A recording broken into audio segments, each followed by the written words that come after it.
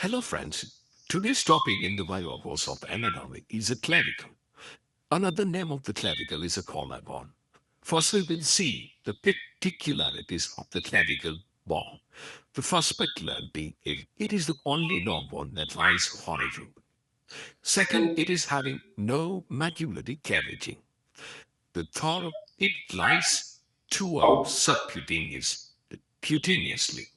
The fourth, it is the first bone in the body to crucify and the last bone to complete its crucifixion.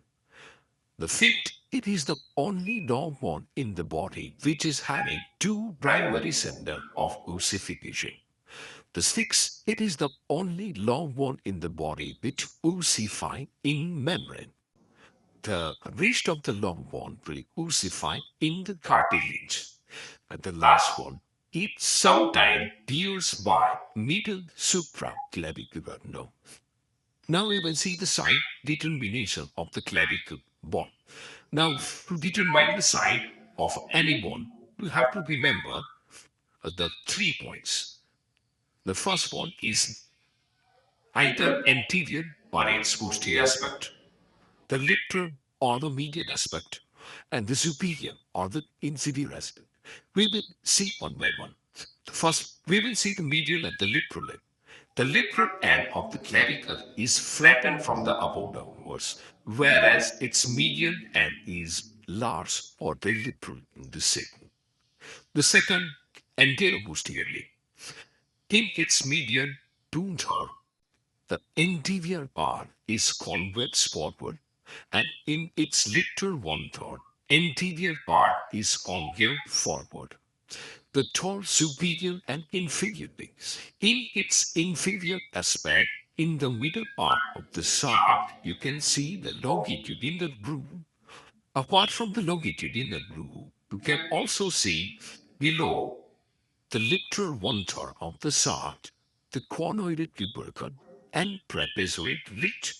So, when you combine these three features, you can able to identify the site of the clavicle. This clavicle is of a right side. Now we will focus on the feature and the attachment of the clavicle. The first we will see its end. The clavicle is having two ends, medial and lateral end. Talking about the lateral end. The lateral end of the clavicle is flattened from above downwards.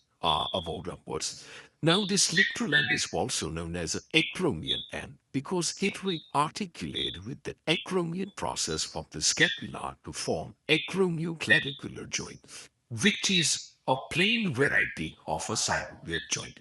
Now, talking about the medial end. Medial end is quadrilateral in the shape. It is larger than the lateral end.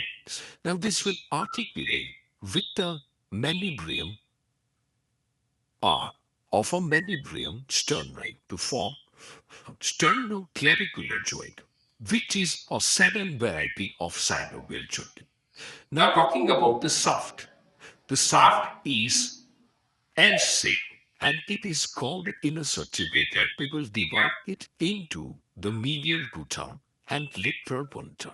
First, we will talk about the lateral one-third of the clavicle or the lateral one-third of the shaft of the clavicle. Now, the lateral one-third, like its lateral end, it is flattened from above downward. So, it is having two border, that is anterior border and posterior border and two surface, superior surface and inferior surface. First, we will talk about the border. The anterior border is concave forwards. The anterior border provides attachment or origin of a pterygoid muscle.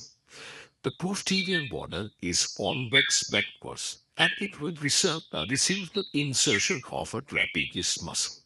Now we talk about its surface. The superior surface is subcutaneous. There is no any specific feature present on the superior surface. Now focus on the inferior surface. The inferior surface toward its posterior end, it will present the conoid tubercle. And lateral to the conoid tubercle, there is an elevated line which is known as a trapezoid ridge.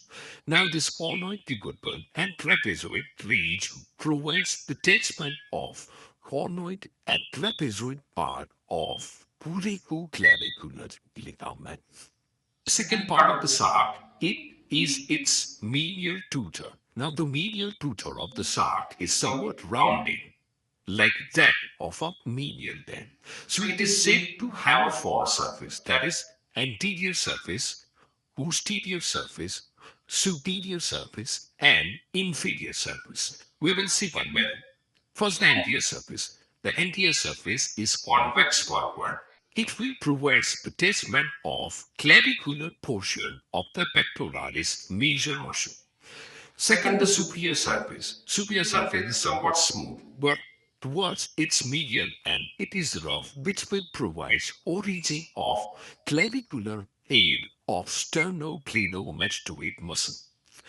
Third, the posterior surface. Posterior surface is somewhat concave. Towards the medial part, it will provide origin of sternohyoid muscle. The last is inferior surface. Now the inferior surface towards its lateral part, it will present a longitudinal groove, which is known as a subclavian groove. Now the subclavian groove receives the insertion of a subclavius muscle, and its margin provides attachment of clavipectoral fascia. Now second thing on the inferior surface of a medial two-thirds is towards its medial and it will shows the oval coastal facet. This facet one coastal impression which will provide attachment of costoclavicular ligament. The important applied aspect of the clavicle is the common site of the fracture is the junction between the lateral hunter and the medial tutor of the septum because it is the weakest point of a clavicle. Second, the it is a junction between its two primary center, and it is a common site of a infection of a force. That's why it is a common site of a fracture.